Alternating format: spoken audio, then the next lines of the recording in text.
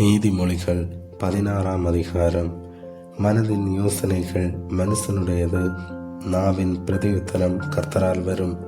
மனுஷனுடைய வழிகளெல்லாம் அவன் பார்வைக்கு சுத்தமானவைகள், கர்த்தரோ ஆவிகளை நிறுத்து பார்க்கிறார். உன் செயல்களை கர்த்தருக்கு ஒப்புவி, அப்பொழுது உன் யோசனைகள் உறுதிப்படும். கர்த்தர் சகலத்தையும் தமக்கென்று படைத்தார், தீங்கு நாளுக்காக துன்மார்க்கனையும் உண்டாக்கினார். மன மேட்டுமையுள்ளவனவனும் கர்த்தருக்கு அருவருப்பானவன். கையோடு கை கூத்தாலும் அவன் தண்டனைக்கு தப்பான். கிருபையினாலும் சத்தியத்தினாலும் பாவம் நிவர்த்தியாகும்.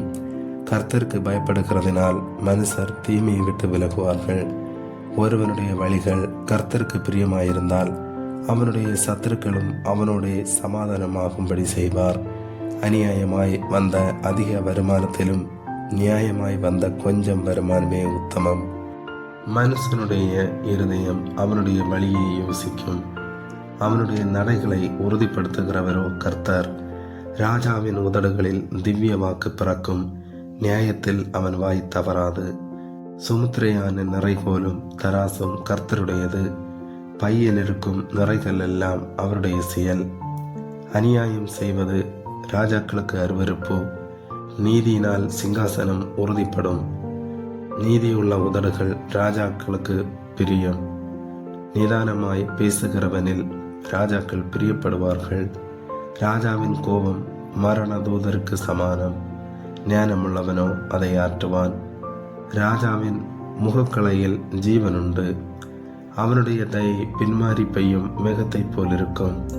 பொன்னை சம்பாதிப்பதிலும் ஞானத்தை சம்பாதிப்பது எவ்வளவு உத்தமம். வெள்ளியை சம்பாதிப்பதிலும் புத்தியை சம்பாதிப்பது எவ்வளவு மேன்மை. தீமையை விட்டு விலகுவதே செம்மையானவர்களுக்கு சமனான பாதை. தன் நடையை கவனித்திருக்கிறவன் தன் ஆத்மாவை காக்கிறான். அழிவுக்கு முன்னானது அகந்தை, விழுதலுக்கு முன்னானது மனமேட்டிமை. அகங்காரிகளோட கொள்ளை பொருளை பங்கிடுவதை பார்க்கிலும் சிறுமையானவர்களோட மனத்தாழ்மையாயிருப்பது நலம். விவேகத்துடன் காரியத்தை நடப்பிக்கிறவன் நன்மை பெறுவான். கர்த்தரை நம்புகிறவன் பாக்கியவான். இருதயத்தில் ஞானமுள்ளவன் விவேகி எனப்படுவான். உதடுகளின் மதுரம் கல்வியை பெருக பண்ணும். புத்தி தன்னை உடையவர்களுக்கு ஜீவ ஊற்று. மதியினரின் போதனை மதியினமே. ஞானியின் இருதயம் அவன் வாய்க்கு அறிவையூட்டும். அவன் உதடுகளுக்கு அது மேன்மேலும் கல்வியை கொடுக்கும். இனிய சொற்கள் தேன்கூடு போல் ஆத்மாவுக்கு மதுரமும் எலும்புகளுக்கு ஔஷதமும் ஆகும். மனுஷனுக்கு செம்மையாய் தோன்றுகிற வழியுண்டு, அதன் முடிவோ மரண வழிகள்.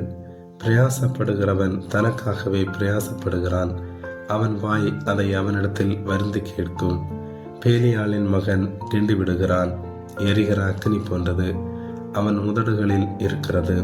மாறுபாடு உள்ளவன் சண்டையை கிளப்பி விடுகிறான், கோள் சொல்லுகிறவன் பிராண சிநேகிதனையும் பிரித்து விடுகிறான். கொடுமையானவன் தன் அயலானுக்கு நயங்காட்டி அவனை நலமல்லாத வழியிலே நடக்க பண்ணுகிறான்.